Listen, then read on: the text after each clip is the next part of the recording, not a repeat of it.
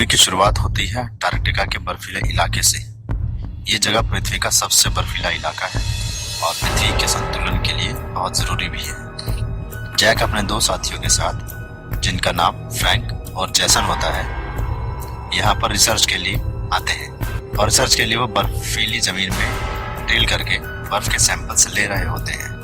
तभी वहाँ जमीन में दरार पड़ना शुरू हो जाती है और इनके ड्रिल मशीन वहाँ से सैकड़ों फुट नीचे गिर जाती है। जैसन भी गिरने वाला होता है बट जैक उसे बचा लेता है। दरअसल ग्लोबल वार्मिंग की वजह से पृथ्वी का मौसम गर्म होता जा रहा है, ग्लेशियर्स पिघल रहे हैं और इसी वजह से यहाँ पर बर्फ का बहुत लंबा चौड़ा हिस्सा टूट गया है, जिसकी वजह से बर्फ में गहरी खाई बन चुकी है। और अभी तक इन्होंने जो सैंपल्स लिए थे बर्फ की गहरी खाई की दूसरी तरफ में, जैक किसी तरह से उस और कूद जाता है और अपनी जान पर खेलकर उन सैंपल्स को ले लेता है। हालांकि इसमें जैक भी दरार में गिरते गिरते बच जाता है। इसके बाद जैक यूएन की कॉन्फ्रेंस में भाग लेता है। इसके लिए वो दिल्ली जाता है क्योंकि वो नासा में साइंटिस्ट होता है और वो वहाँ पर ग्लोबल वार्मिंग के बारे में यूएन मेंबर्स को बताता है।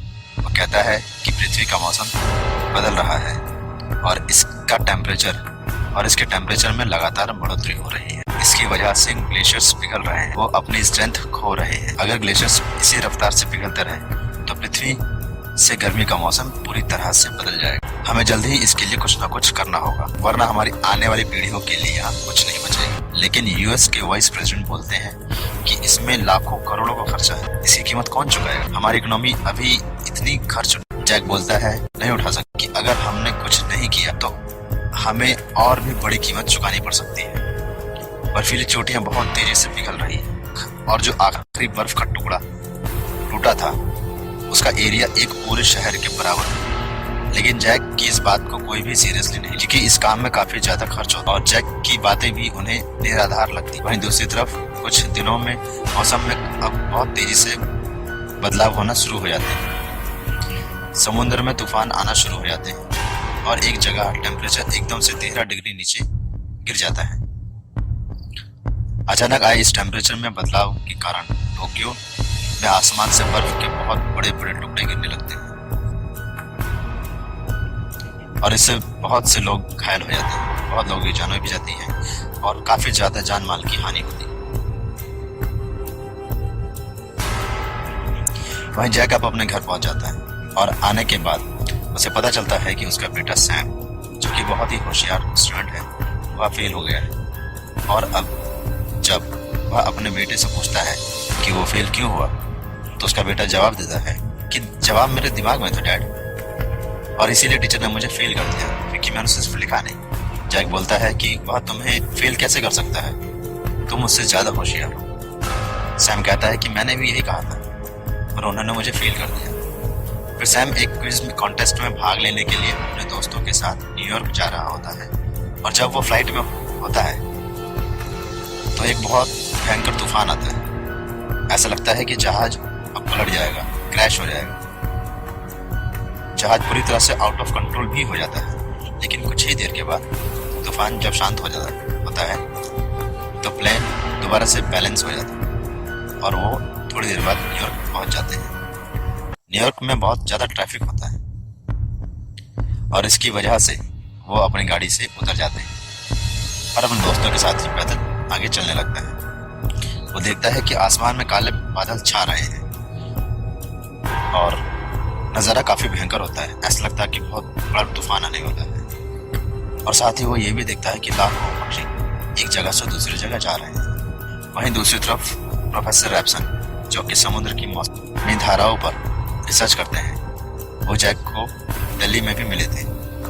वो देखते हैं कि समुद्र में पहले एक जगह 13 डिग्री सेल्सियस टेम्परेचर कम हुआ था, जो उन्हें ऐसा लग रहा था कि वह किसी शायद मशीन की खराबी के कारण हुआ है, पर अब वहाँ टेम्परेचर लगातार कम होता जा रहा है और अब ऐसा समुद्र के कई इलाकों में होने लगा था, जो कि किसी मशीन की खराबी से संभव नहीं था। वो समझ जाते हैं कि जैक ने जो यूएन कॉन्फ्रेंस में बोला था वो सब अब सच हो और वो जैक हॉल को कॉल करता है।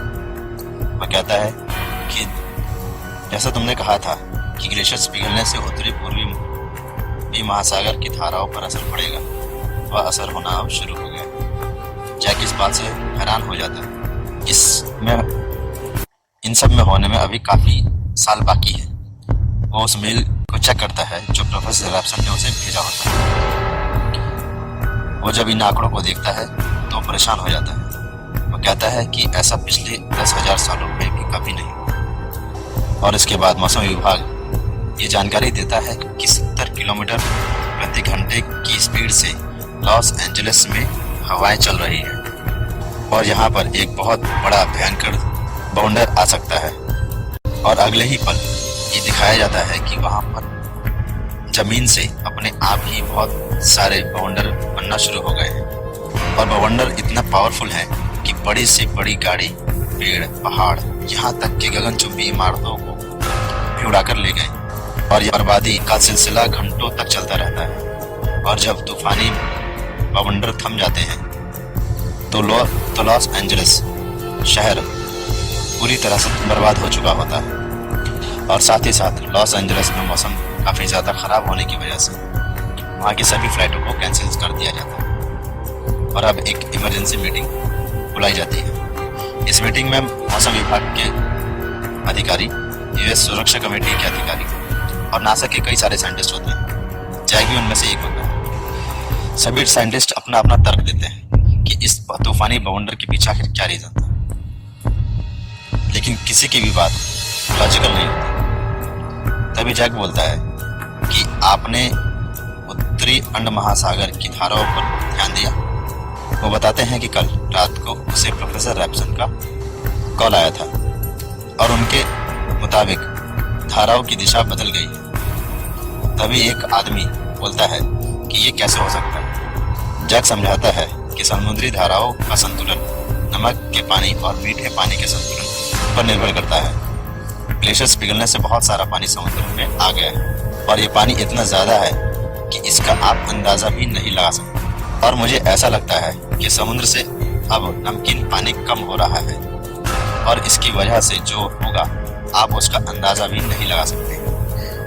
वो ये भी बताता है कि प्रोफेसर रैप्सन के रिसर्च सेंटर के पास कुछ जानकारी है और वह चाहते हैं कि मैं अपने प्राचीन यंत्र में उस जानकारी को डालकर आगे की मौसम की जानकारी जुटा सकूं। हालांकि उसका पिछली बार का अनुमान गलत था, लेकिन जैक ने जो अनुमान लगाया था उसके हिसाब से ये सब 100 सालों के बाद होना था, लेकिन ये बहुत ही जल्दी हो रहा है। और इस बार जैक का अनुमान बिल्कुल सही है, लेकिन इस बार भी उसकी बातों पर कोई भरोसा नहीं करता और सब यूं ही इग्नोर कर देते हैं।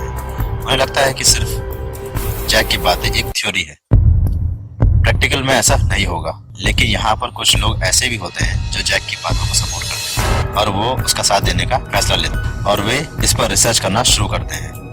और काफी रिसर्च के बाद उन्हें ये पता चलता है कि आने वाले 8 से 10 हफ्तों के अंदर मौसम पूरी तरह से बदल जाएगा, जान माल की भारी नुकसान होगा। और इसलिए वो फिर से वाइस प्रेसिडेंट के पास जाता है। वो उसे बताता है कि मेरे बनाए हुए मॉडल से मुझे ये पता चला है कि 8 से 10 हफ्तों के अंदर मौसम बहुत बुरी तरह से खराब हो जाएगा और खराब इस हद तक होगा कि अब कुछ नहीं बचेगा। लेकिन वाइस प्रेसिडेंट कहते हैं कि तुमने दिल्ली में यूएन कॉन्फ्रेंस में बताया था कि ऐसा कम से कम 100 सालों तक नहीं होगा। जैक बोलता है कि मैं उस समय गलत था और तुरंत वाइस प्रेसिडेंट कहते हैं कि शायद तुम इस बार भी गलत हो। जैक बोलता है कि नहीं, इस बार मैं सही हूँ और हमें पूरा शहर खाली करवाना होगा ताकि कम से कम जान माल की हानि हो। लेकिन वाइस प्रेसिडेंट कहते हैं नहीं, तुम इस बार भी गलत हो और हम शहर को खाली नहीं करा सकते। इसके साथ ही वो वहां से चला जाता है। वहीं दूसरी तरफ ये दिखाया जाता है कि ब्रिटिश रॉयल फैमिली के 3 हेलीकॉप्टर्स कहीं जा रहे हो और वो धीरे धीरे बर्फीले तूफान के बीच चले जाते हैं। बीच में पहुंचने के बाद वहाँ हवा का दबाव बिल्कुल 0 हो जाता है और हेलीकॉप्टर जमीन पर गिरने लगते हैं, क्योंकि बिना हवा के दबाव के हेलीकॉप्टर नहीं उड़ सकते और टेम्परेचर इतना ज्यादा कम होता है कि हेलीकॉप्टर्स हवा में ही जमने लगते हैं और रॉयल फैमिली और पायलट क्रू पूरी की पूरी तरह से जम जाते हैं। वहीं दूसरी तरफ न्यूयॉर्क के मैनहट्टन शहर में, जहां पर जैक का बेटा होता है, वहां पर मौसम इतना ज्यादा खराब हो जाता है कि मूसलाधार बारिश होती है। चारों तरफ पानी ही पानी भर जाता है। शहर में इतना पानी होता है कि कई इमारतें और कई गाड़ियां, सब कुछ डूब जाता है। तभी वहां सुनामी आ जाती है और पूरा मैनहट्टन शहर में पानी ही पानी भर जाता है। बहुत ज्यादा जान माल की हानि होती है और सब कुछ तबाह हो जाता है। जैक और उसके दोस्त और काफी सारे लोग किसी तरह से अपनी जान बचाकर पास ही की एक लाइब्रेरी में शरण लेते हैं।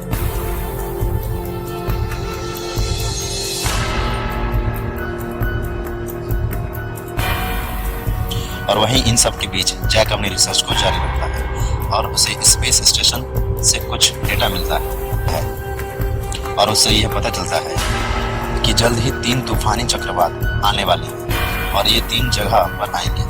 वह है कनाडा, स्कॉटलैंड और साइबेरिया। और 24 घंटे में ये अपना पूरी तरह से रूप बदल लेंगे। 48 घंटे में सब कुछ बर्बाद हो जाएगा और शायद जीवन पूरी तरह से खत्म हो जाए। वह प्रोफेसर रैप्सन को पूरा डेटा भेजते हैं और उन्हें बताते हैं कि 7 से 8 दिन के बाद जब तूफान खत्म हो जाएगा तो हम आइस एज में पहुंच चुके हैं। जैक प्रोफेसर को वहां से निकलने की एडवाइस देते हैं क्योंकि तूफान उसी तरफ बढ़ रहा होता है। प्रोफेसर बताते हैं कि अब बहुत देर हो चुकी है। वहीं दूसरी तरफ ये दिखाया जाता है कि जैक का बेटा अब भी न्यूयॉर्क में फंसा हुआ है और वह अपने डैड को कॉल करना चाहता है, बट सारी लाइनें डेड होती हैं। काफी ढूंढने के बाद उन्हें बेसमेंट में एक सैटेलाइट फोन मिलता है। हालांकि बेसमेंट में भी थोड़ा थोड़ा पानी जमा हो रहा होता है। वो वहां से अपने डैड को कॉल करता है और पूछता है कि डैड ये क्या हो रहा है। उसके डैड बताते हैं कि तूफान बहुत जल्द वहां आने वाला है और हालात और भी खराब हो जाएंगे। हवा इतनी सर्द होगी कि लोग जमकर मर जाएंगे। वो सैम को बताते हैं कि वह वहीं रहे जहां भी है और वो उन्हें लेने जरूर आएगा। जैक की पूरी बात नहीं हो पाती अपने डैड से क्योंकि बेसमेंट में पानी बहुत तेजी से भरने लगता है और पानी इतना ऊपर तक भर जाता है कि जैक खुद उसमें डूब जाता है और फोन कट जाता है। अब जैक अपने बेटे को लेने के लिए न्यूयॉर्क जाने का फैसला करता है, लेकिन उसका साथी बोलता है कि तुम वहां मत जाओ। अगर तुम वहां गए तो कभी भी वापस नहीं आ पाओगे।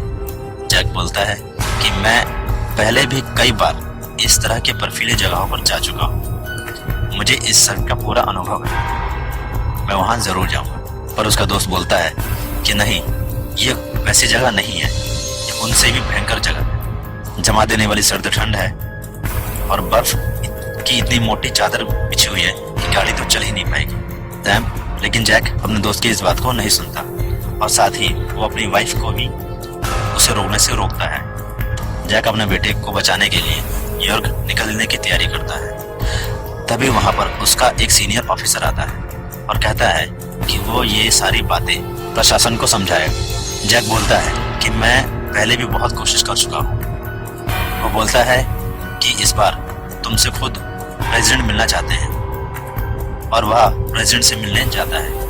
वह उन्हें समझाता है कि तूफान 7 से 8 दिन चलेगा और तूफान रुकने के बाद यहाँ का टेम्परेचर पिछले शीत युग यानी आइस एज के वक्त के बराबर होगा या हो सकता है उससे भी कम। वो जैक से पूछता है कि अब हमें क्या करना चाहिए।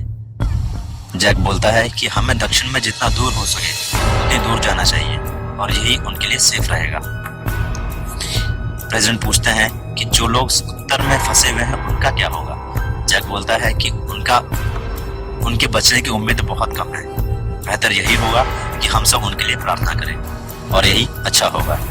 ये सारी बातें समझाकर जैक वहां से चला जाता है क्योंकि उसे न्यूयॉर्क के लिए निकलना होता है जहां उसका बेटा खुद फंसा हुआ है और वो एरिया भी उत्तर में है जहां बर्फीला तूफान आने वाला है। और अब प्रेसिडेंट ये डिसाइड करते हैं कि वो जैक की कही हुई बातें को मानेंगे, उन पर अमल करेंगे और वो वैसा ही करेंगे जैसा कि जैक ने उन्हें समझाया है। वहीं दूसरी तरफ ये दिखाया जाता है कि जैक अब न्यूयॉर्क के लिए निकल चुका है। न्यूयॉर्क में जिस बिल्डिंग में सैम ने आसरा लिया होता है वहां पर और भी बहुत सारे लोग होते हैं और वहां पर सैम के दोस्त भी होते हैं। अब यहाँ सड़कों पर इतना पानी होता है कि एक बहुत बड़ा समुद्री जहाज शहर में आ जाता है और अब टेम्परेचर बहुत तेजी से गिरने लगता है, सब कुछ जमने लगता है, बर्फीली हवाएं चलती है और जो पानी पूरे शहर में भरा था अब वो पूरी तरह से बर्फ बन चुका है। वहीं रेडियो पर दक्षिण की तरफ जाने का अनाउंसमेंट सुनकर वहाँ के कई सारे लोग दक्षिण की तरफ जा रहे होते हैं और ये देखकर और सुनकर अंदर लाइब्रेरी में जो सिक्योरिटी के लोग होते हैं वो ये ऐलान करते हैं कि अब हम भी इस जगह नहीं रुकेंगे क्योंकि यहाँ बर्फीला तूफान आने वाला है और हम लोग इनसे ये जगह छोड़कर दक्षिण की ओर चलेंगे। लेकिन सैम बोलता है कि हमें बाहर नहीं जाना चाहिए, हालात और भी ज्यादा बदतर होने वाले हैं। अगर हम बाहर गए तो हम दक्षिण की तरफ तो नहीं जा पाएंगे लेकिन रास्ते में ही जमकर मर जाएंगे। सिक्योरिटी इंचार्ज बोलता है कि हम तुम्हारी बातों पर भरोसा क्यों करें। सैम बोलता है कि नहीं, मेरे पिताजी नासा में एक साइंटिस्ट है और उनके हिसाब से हमें अंदर ही रहना चाहिए जब तक कि मौसम ठीक ना हो जाए। लेकिन कोई भी वहाँ सैम की बातों को नहीं मानता और बहुत सारे लोग, लगभग सभी उनके दोस्तों को छोड़कर वहीं पर रुक जाते हैं और खुद को गर्म रखने के लिए गर्म कपड़े और आग जलाने के लिए किताबों को इकट्ठा करने लगते हैं। वो एक कमरे में अपने आप को पूरी तरह से सील कर लेते हैं और जरूरत का सारा सामान इकट्ठा कर लेते हैं। वो यहाँ पर कुछ किताबें भी जलाते हैं ताकि गर्मी पैदा हो सके। सैम का दोस्त सैम से बोलता है कि पृथ्वी का नॉर्थ एरिया पूरी तरह से तूफान की चपेट में है। न्यूयॉर्क 15 फुट बर्फ के नीचे दबा हुआ है। मुझे नहीं लगता कि तुम्हारे डैड हमें लेने आ पाएंगे, बट सैम को अपने डैड की बातों पर पूरा भरोसा होता है और वो कहता है कि वो उन्हें लेने जरूर आएंगे। यहाँ जैक अपने साथियों के साथ कार से सैम को लेने के लिए निकल जाता है, लेकिन सड़क पर इतनी ज्यादा बर्फ होती है कि वो ज्यादा आगे गाड़ी से नहीं जा पाते और रास्ते में उनकी गाड़ी बर्फ में फंस जाती है और वहाँ अपने साथियों के साथ वहाँ से पैदल ही आगे बढ़ना शुरू करते हैं। बर्फ इतनी ज्यादा होती है कि ऊंची ऊंची इमारतें तक पूरी तरह से बर्फ के नीचे ढक जाती है। अब दूर दूर तक सिर्फ बर्फ ही बर्फ है। वो अनजाने में एक बिल्डिंग की छत के ऊपर से जा रहे होते हैं जो कि पूरी तरह कांच से बनी होती है। तभी फ्रैंक के नीचे शीशा क्रैक होने लगता है और अचानक टूट जाता है, जिसकी वजह से उनके पीछे का साथी नीचे गिर जाता है और सभी नीचे गिरने लगते हैं क्योंकि वो सभी एक मजबूत रस्सी से बंधे होते हैं। लेकिन तभी जैक बर्फ में एक हुक फंसा देता है और उससे वो सभी रुक जाते हैं। लेकिन उनका एक साथी अपने भारी सामान के साथ हवा में ही लटका होता है। इसकी वजह से उनकी रस्सी पे बहुत ज्यादा जोर पड़ता है और कांच की छत और ज्यादा क्रैक होने लगती है और टूटने लगती है। ये सब देख के उनका साथी जो लटका होता है वही समझ जाता है कि अगर उसने रस्सी नहीं काट ली और वजन कम नहीं किया तो उसकी वजह से उनके दो और साथी, जैक और एक और, वो भी गिर के मर जाएंगे। उनको बचाने के लिए वो अपनी रस्सी काट देता है और नीचे गिर जाता है, जिसकी वजह से उसकी मौत हो जाती है। ये सीन बहुत ही ज्यादा इमोशनल होता है और अब ये दोनों इसके बाद आगे बढ़ते हैं। अब इनके पास सेफ्टी के लिए, खाने के लिए, पीने के लिए कोई भी सामान नहीं बचा। ये सब बिना सामान के ही आगे का सफर शुरू करते हैं। वहीं दूसरी तरफ सैम और उनका दोस्त होता है। वहां पर एक और लड़की होती है जिसका नाम लॉरा होता है।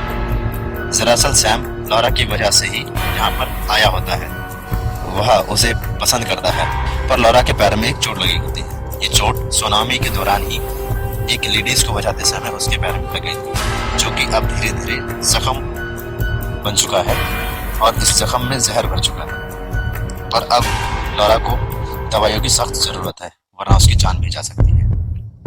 तभी उन्हें वो शिप दिखती है जो कि पानी में तैरती हुई आ गई और वो उन दवाइयों को लेने के लिए शिप पर जाते हैं। जब वो दवाइयाँ लेके बाहर आ रहे होते हैं तो उनका सामना भेड़ियों से और वो किसी तरह से भेड़ियों से अपनी जान बचाकर उस शिप से बाहर आ जाते हैं। लेकिन जब वो लाइब्रेरी की तरफ बढ़ रहे होते हैं तो सैम देखता है कि अब वो तूफान के बीचों बीच है।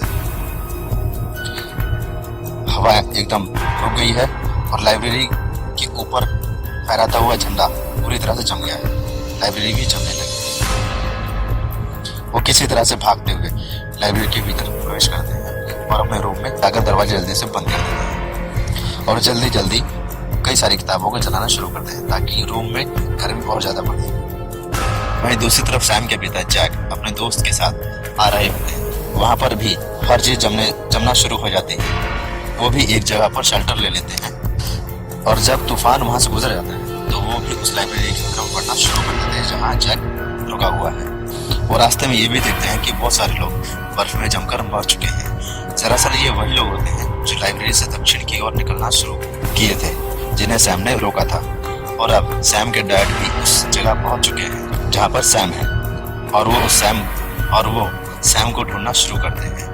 लाइब्रेरी के काफी सारे कमरों को ढूंढने के बाद उन्हें एक कमरे से लाइट आती हुई दिखाई देती है और जब वो दरवाजा खोलते हैं तो पाते हैं कि सैम और उसके दोस्त सभी एक जगह बैठे हुए हैं और साथ ही में आग जल रही है। सैम अपने डैड को देखता है और काफी इमोशनल हो जाता है। वो उनसे गले से लग जाता है और वो कहता है कि डैड, मुझे पूरा भरोसा था कि आप जरूर आएंगे। थोड़ी देर बाद उस जगह काफी सारे हेलीकॉप्टर्स आते हैं और सैम और उसके दोस्त और काफी सारे अन्य लोगों को जो आसपास की जगहों पर बचे हुए थे उनको वो बचा लेते हैं। वहीं दूसरी तरफ ये दिखाया जाता है कि वाइस प्रेसिडेंट अब प्रेसिडेंट बन चुके हैं क्योंकि प्रेसिडेंट की मौत हो चुकी है इस तूफान और वो अब मैक्सिको में है और वहां से वो अपना भाषण देते हैं। प्रेसिडेंट को अपनी गलती का एहसास भी होता है क्योंकि उन्होंने जैक की बातों को इग्नोर किया था और इसी वजह से वो इतनी बर्बादी देखते हैं।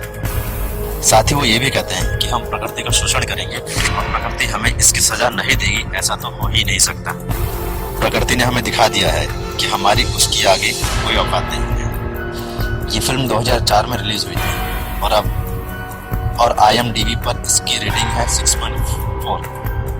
इस फिल्म का बजट था $125 मिलियन और बॉक्स ऑफिस पर इसने $553 मिलियन की कमाई की थी।